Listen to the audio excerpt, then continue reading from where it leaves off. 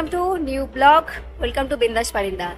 এখন রয়েছে আমরা দীঘাতে। আগের এপিসোডে তোমরা দেখেছো আমরা কিভাবে ভোরবেলা বেরিয়ে তুলাগড় থেকে দীঘা আসলাম।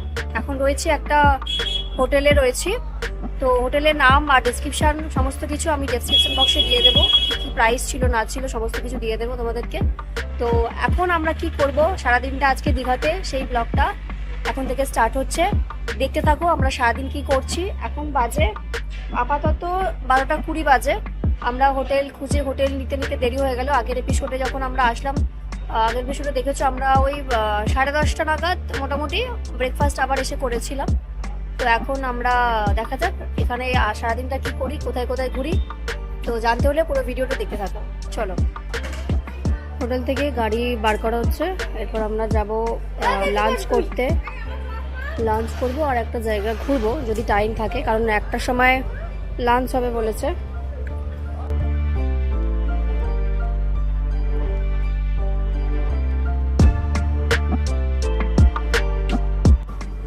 রোদ্দুরের তাপ রয়েছে, বাট অতটা গায়ে লাগছে না, যেহেতু সিসাইড এরিয়া রয়েছে আর একটু একটু ঠান্ডা সকালের দিকে ছিল, সেই জন্য রোদ্দুরটা অতটা গায়ে লাগছে না।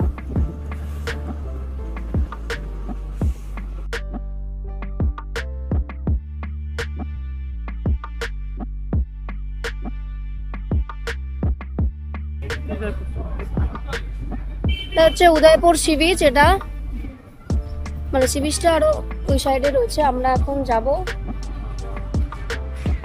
মেরিন ড্রাইভ কি বন্ধ রয়েছে?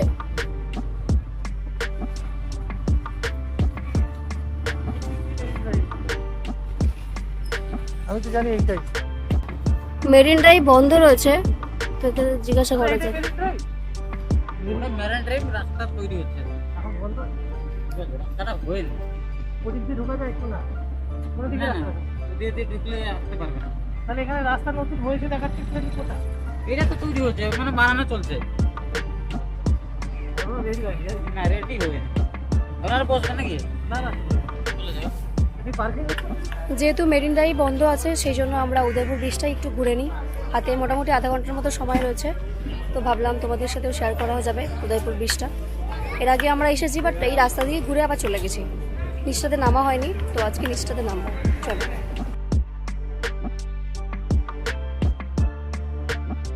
রাবড়ি কত? তুমি এ দাও, কাজু খিরি দাও। কেমন খেতে? এ হচ্ছে কাজু বরফি, এটা তোমার 35 রুপিস, আর মালাই হচ্ছে 50। চলো খাওয়া যাক। ব্যাপককে দাও।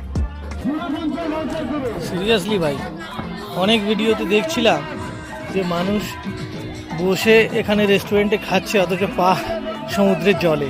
এই প্রথমবার ওই রেস্টুরেন্টের দিকে নামছি। আপাতত অনেকগুলো রেস্টুরেন্ট এখানে রয়েছে।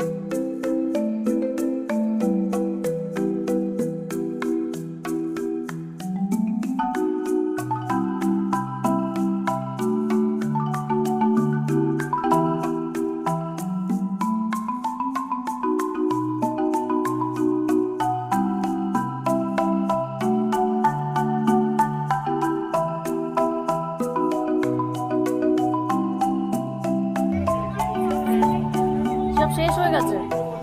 অন্তিম বাইক। অন্তিম বাড়ি।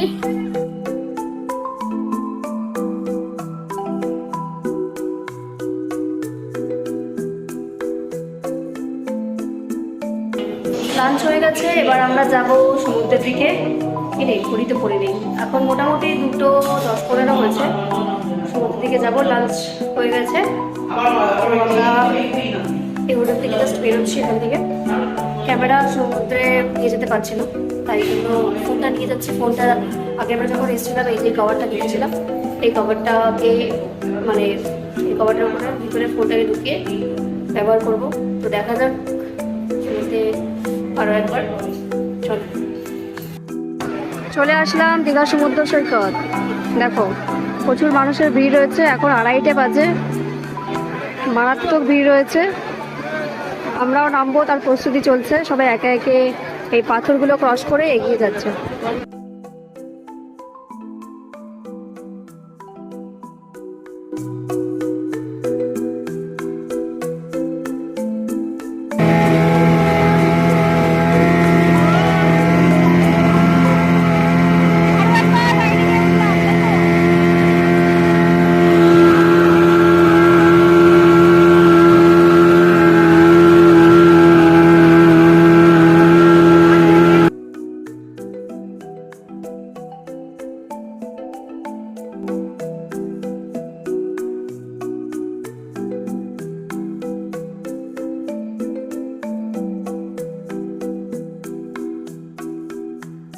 কেমন লাগছে দীঘা?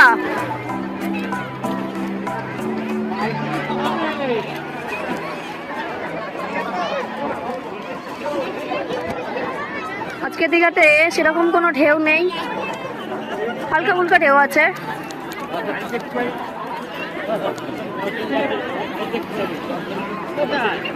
মাঝে মধ্যে একটা ঢেউ আসছে, একটা দু একটা ঢেউ আসছে মাঝে মধ্যে। বেলমাখা হচ্ছে, বেলমাখা খাবো আমরা সবাই।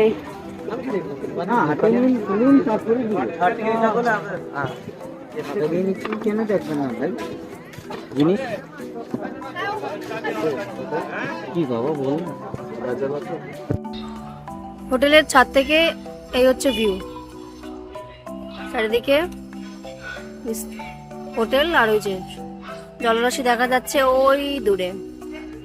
আর নিচে দিয়ে এই যে লোকজন যাচ্ছে, দেখো সমুদ্রের দিকে যাচ্ছে সবাই এবারে আস্তে আস্তে সন্ধ্যেটা উপভোগ করার জন্য। আমরাও যাব, একে একে সবাই রেডি হচ্ছে, রেডি হয়ে গেলে আমরাও বেরোবো। তো সন্ধ্যে হয়ে গেছে, আমরা স্নান টান করে রেডি ফেডি হয়ে গেছি। ঘড়িতে বাজে এখন ঠিক 6:25। আমরা সমুদ্রের দিকটাতে একটু যাব, আরও কিছু যদি জায়গা থাকে সন্ধ্যের দিকে ওপেন, তো সেগুলো দেখবো। আর কিছু টুকটা খাওয়া দাওয়া করবো, এই সন্ধ্যেটা এইভাবেই কাটাবো। আর সমুদ্রের পাড়ে মেনলি বসে থাকার জন্যই আমরা বেসিক্যালি রাতটা আজকে থাকার জন্য প্ল্যান করেছি। তো সেই মতো চলো সমুদ্রের দিকটাতে যাব, পাড়ের দিকে দোকান পাশার বসেছে, আর কিছু খাওয়া দাওয়ার থাকলে সেগুলো খাওয়া দাওয়া করবো।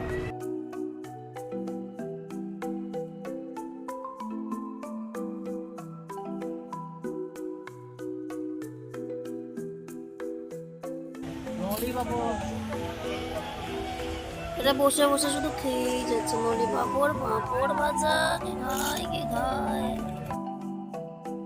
সন্ধ্যের দিকটাতে সমুদ্রের পাড়ে বসে সময় কাটাতে কিন্তু বেশ ভালো লাগে। তো আমরাও এখানে বেশ কিছুক্ষণ সময় আজকে কাটাবো। আজকের এই জার্নিটা তোমাদের কেমন লাগলো অবশ্যই কমেন্ট করে জানাবে। আর হ্যাঁ, যারা আমাদের চ্যানেলটি এখনও সাবস্ক্রাইব করনি তারা প্লিজ সাবস্ক্রাইব করে দিও। Thank you for watching.